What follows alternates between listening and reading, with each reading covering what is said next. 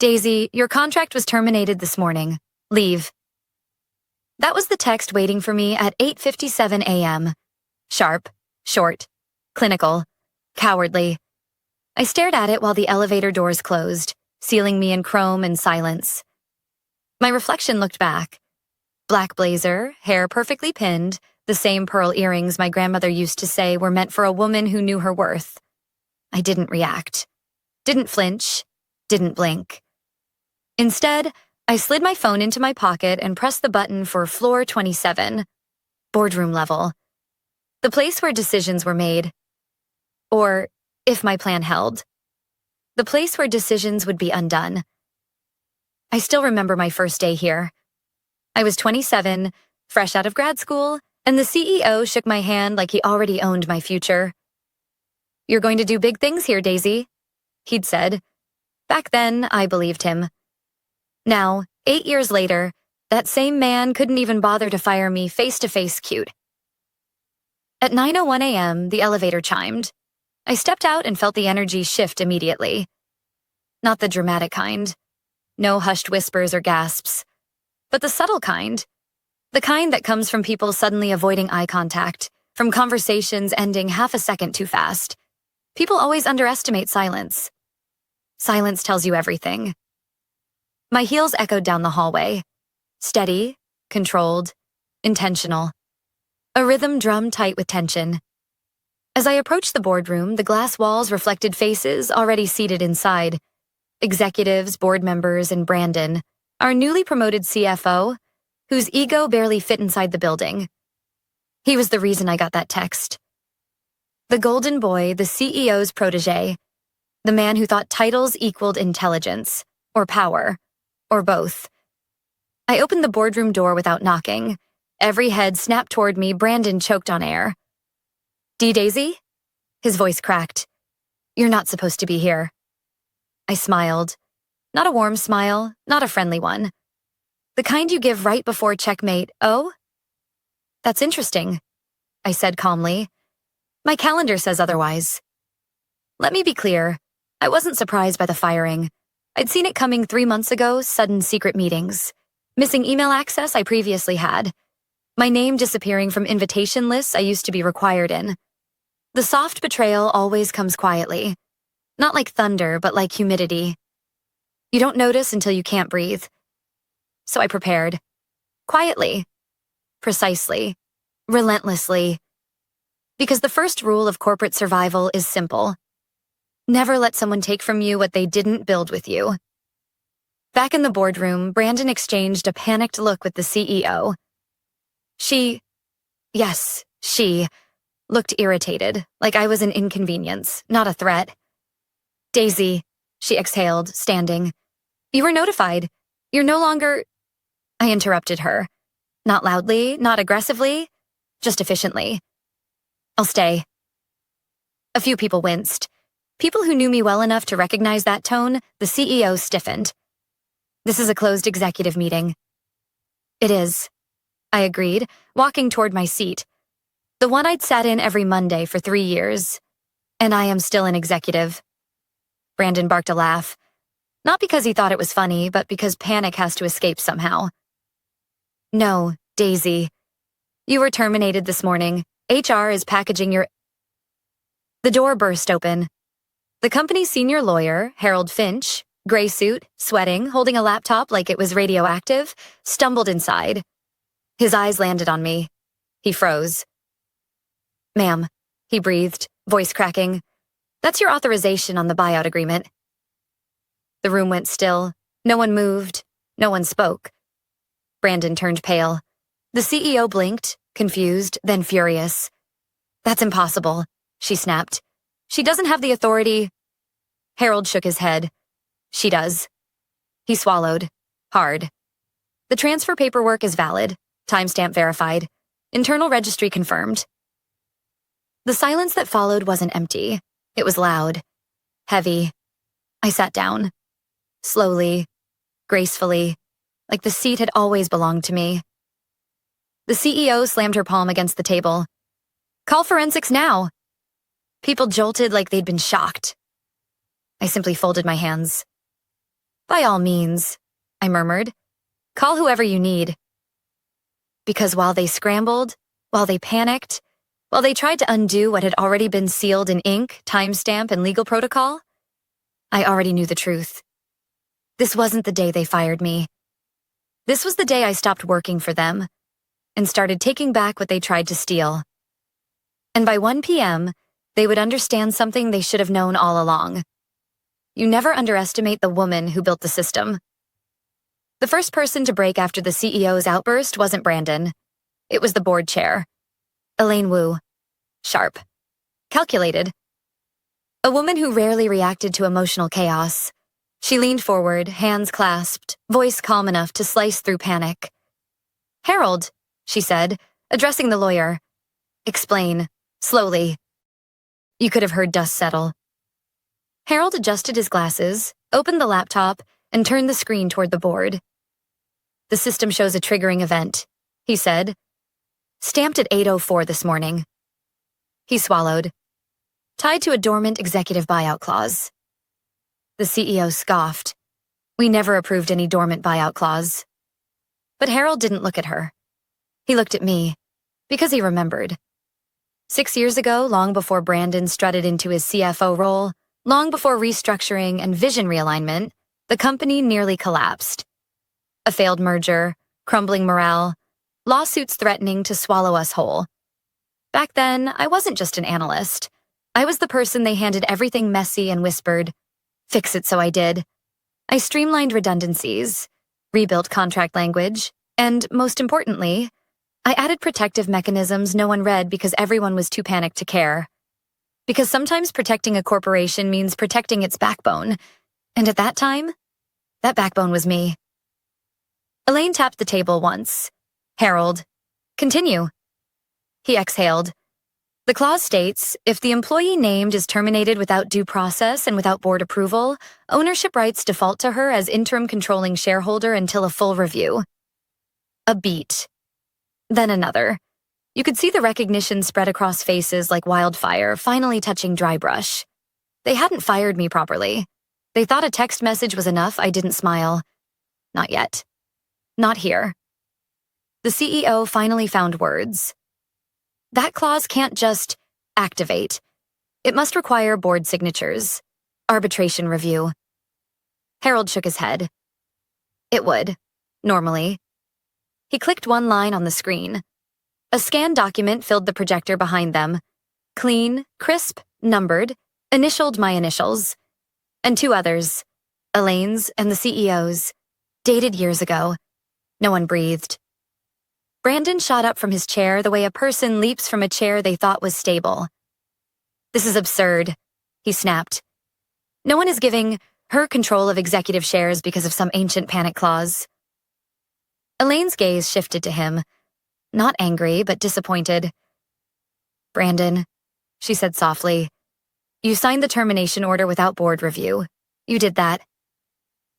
Silence dropped so heavy it felt like gravity thickened.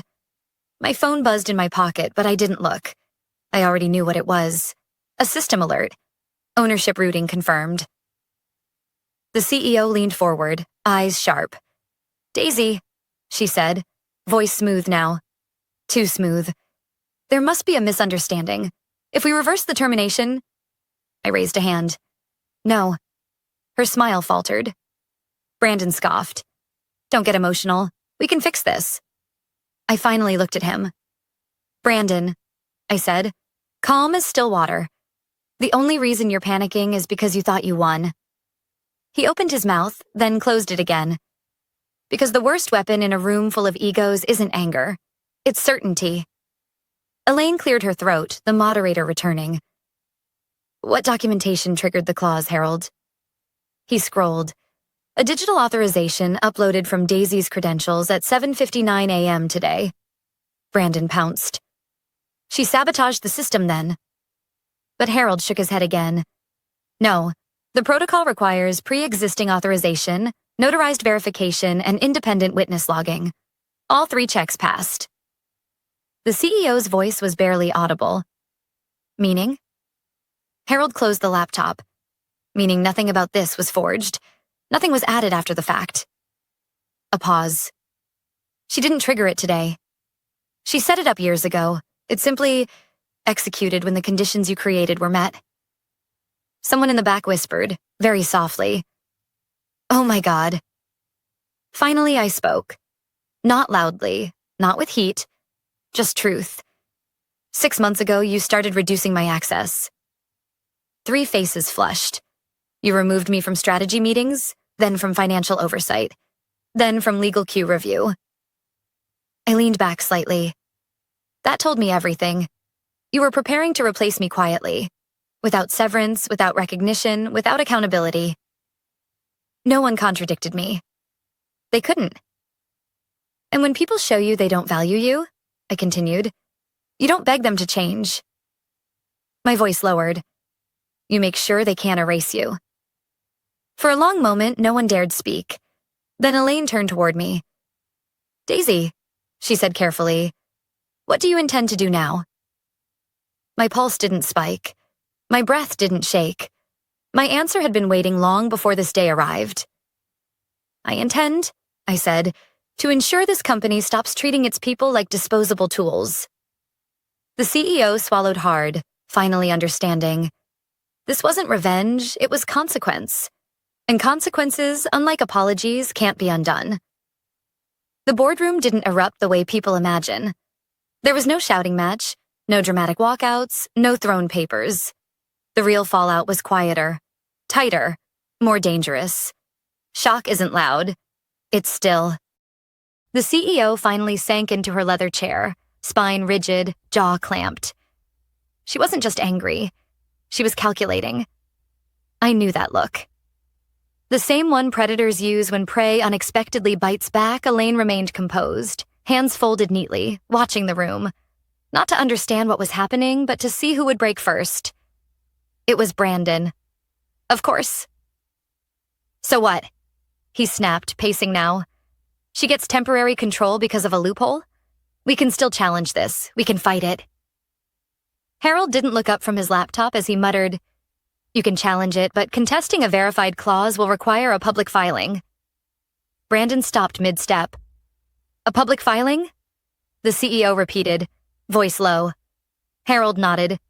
"Yes, SEC review, media inquiry, shareholder disclosure." Silence again. Heavier now. This wasn't just about me. This was about exposure. Corporate decisions whispered in hallways, undisclosed bonuses, questionable advancements. Suddenly at risk, Brandon swallowed hard.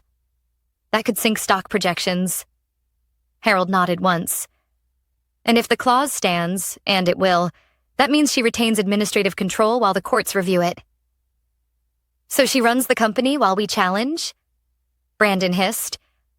"No," Harold corrected, finally meeting his eyes. "She owns it."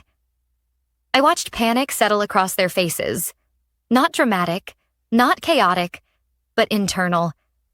The kind that rearranges someone's understanding of reality. The CEO finally spoke. Quiet but sharp. "What exactly do you want, Daisy?" Not the question of a leader.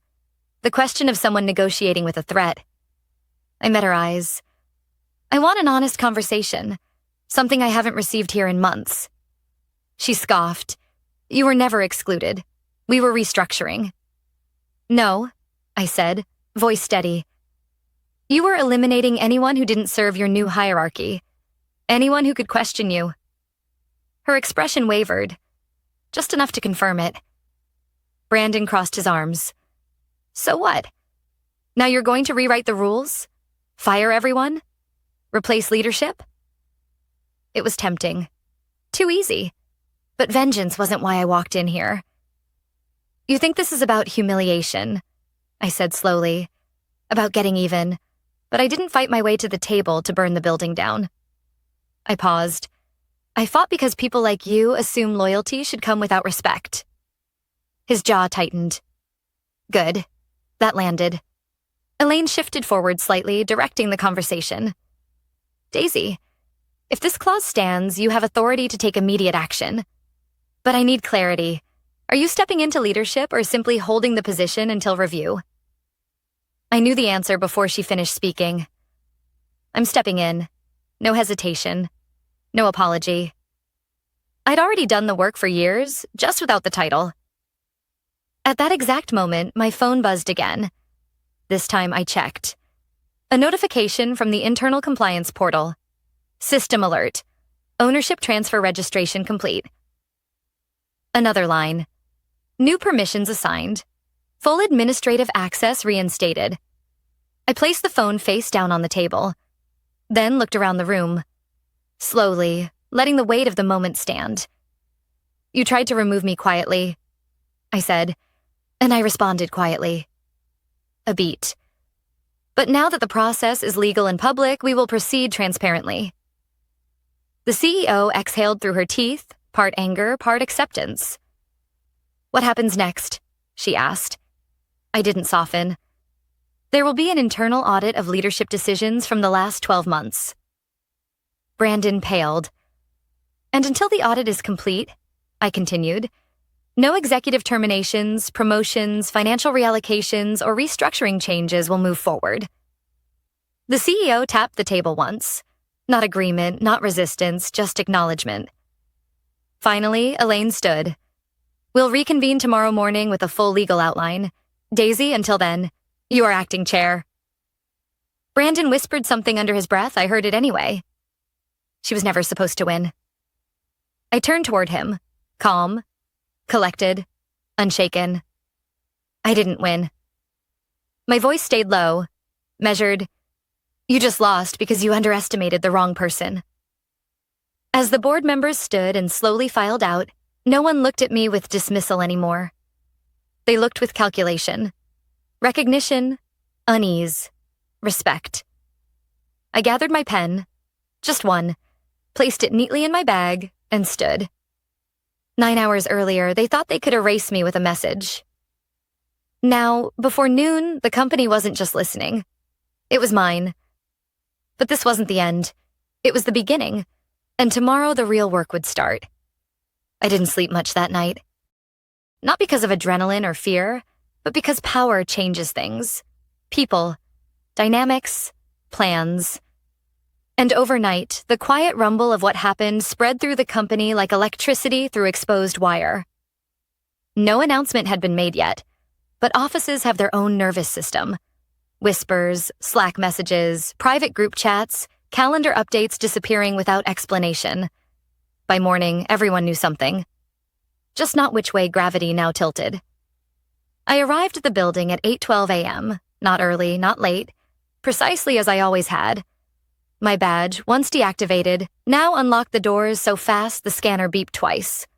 A subtle apology from the system. In the lobby, employees glanced up at me in quick, darted movements. Some confused, some curious, others worried. People remember who stood with them.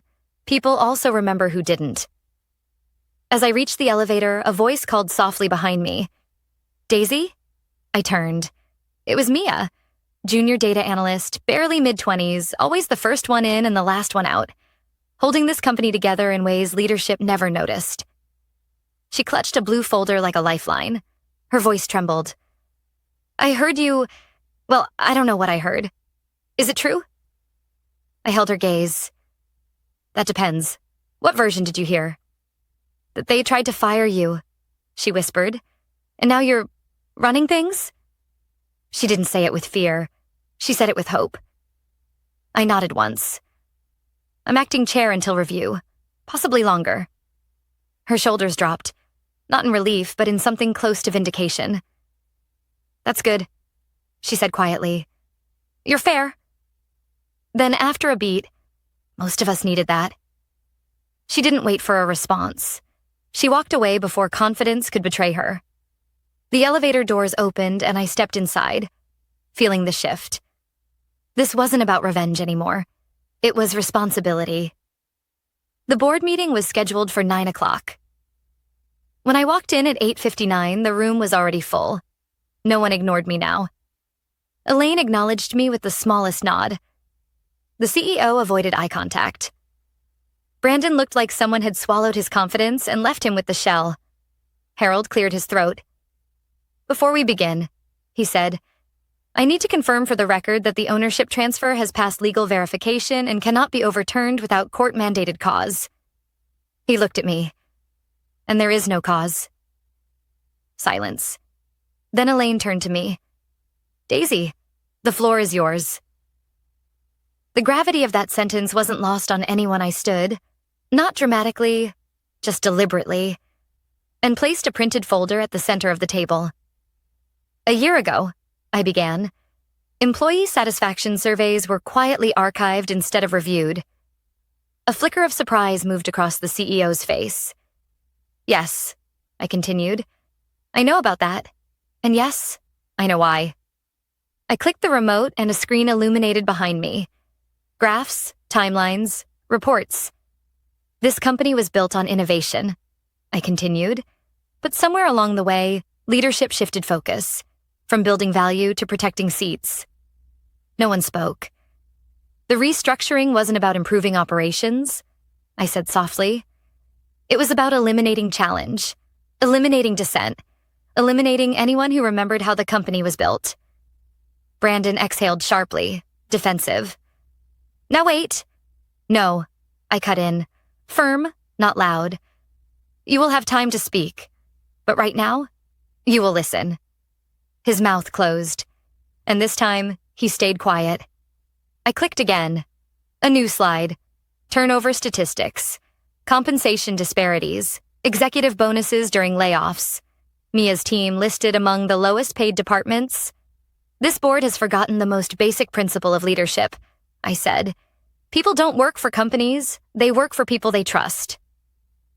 For the first time, the CEO looked directly at me. Not angry, but exposed. So here's what will happen. I placed both hands on the table. Effective immediately, all ongoing restructuring will pause. An independent audit will begin, focusing on financial decisions and compliance. Elaine nodded. Approval, not obligation. We will also begin department evaluations, not to eliminate roles, but to understand what support has been ignored. A few board members shifted, uncomfortable. Good. Growth was never comfortable. And finally, I added, HR will no longer report exclusively to executive leadership. They will report to the board, specifically through me, until ethical standards are confirmed. The CEO's jaw tightened. You're dismantling the system, she murmured. I met her eyes, steady, unflinching.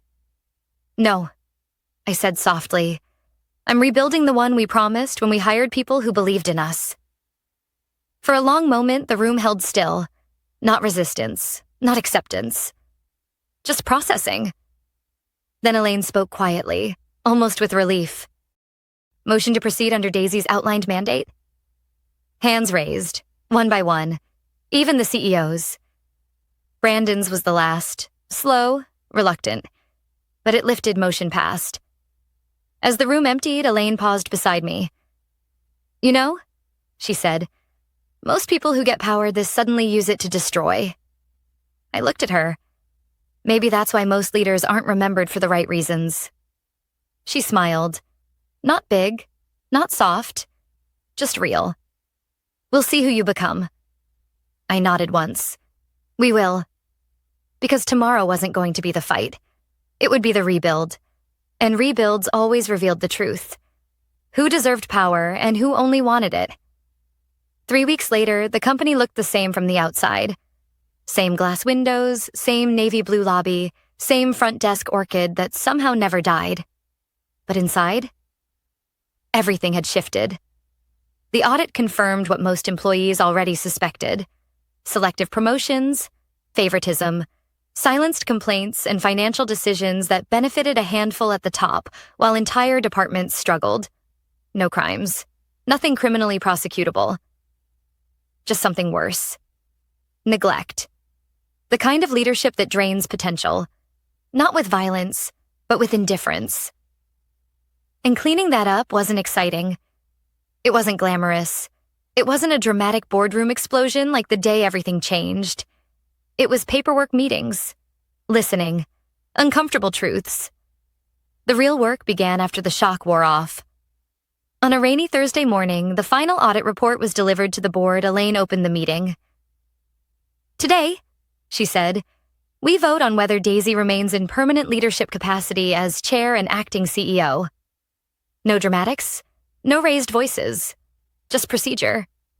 Brandon looked different, flatter somehow, like someone removed the scaffolding holding up his ego. He hadn't spoken much since the clause activated. The CEO sat beside him, still sharp, still composed, but quieter. I didn't speak until the floor opened. "When you fired me," I began, "you didn't do it because I failed." No one interrupted. "You did it because I made you uncomfortable." The CEO's expression tightened, not in anger, but recognition. "You wanted someone compliant," I continued, "someone who wouldn't question decisions, someone who would sign silently and disappear when it was convenient." I paused. But companies don't survive on compliance. They survive on integrity. The room remained still, absorbing that truth. Then I placed a single sheet of paper at the center of the table. "My decision," I said, "is not to remove either of you." Both heads snapped up. Brandon blinked. The CEO looked stunned. "People make bad decisions when they're afraid," I continued. "This company has been operating in fear. Fear of financial losses, fear of accountability, fear of change." I met each board member's eyes. "So instead of punishment, we rebuild culture. Transparency, shared leadership, ethical operations." Elaine exhaled. Not relief exactly, but respect. "You want reform," she said quietly. "No," I corrected. "I want accountability and growth."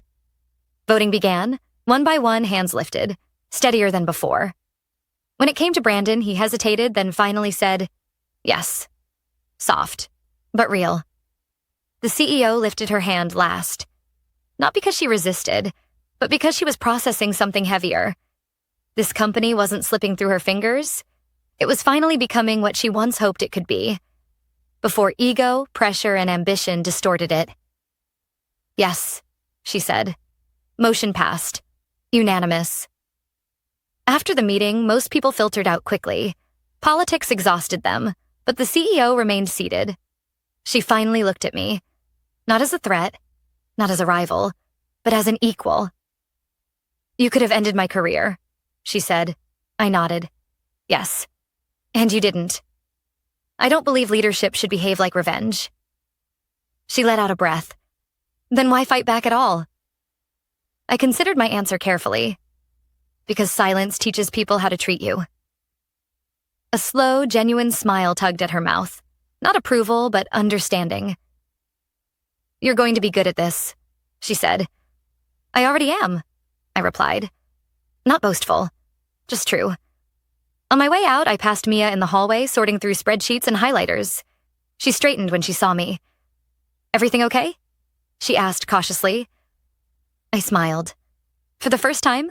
I said. "Yes." She nodded. Slow, hopeful, good. We needed someone who sees us. Not manages, not uses, not survives through us. Sees us. Her words stayed with me long after she walked away. Later that evening, I stood in my office, my actual office now, and watched the city through rain-speckled glass. I thought about that text message, the one meant to erase me. "Daisy, your contract was terminated this morning. Leave." Funny. It was the message that pushed everything into motion. The message that forced a system built on fear and silence to finally face itself. The message that reminded me of the most important truth I'd forgotten. Power isn't given. Power is claimed. And sometimes, power is reclaimed. At 9 a.m., they tried to end my story. By 1 p.m., I wasn't just still here. I owned the narrative, and I wasn't going anywhere.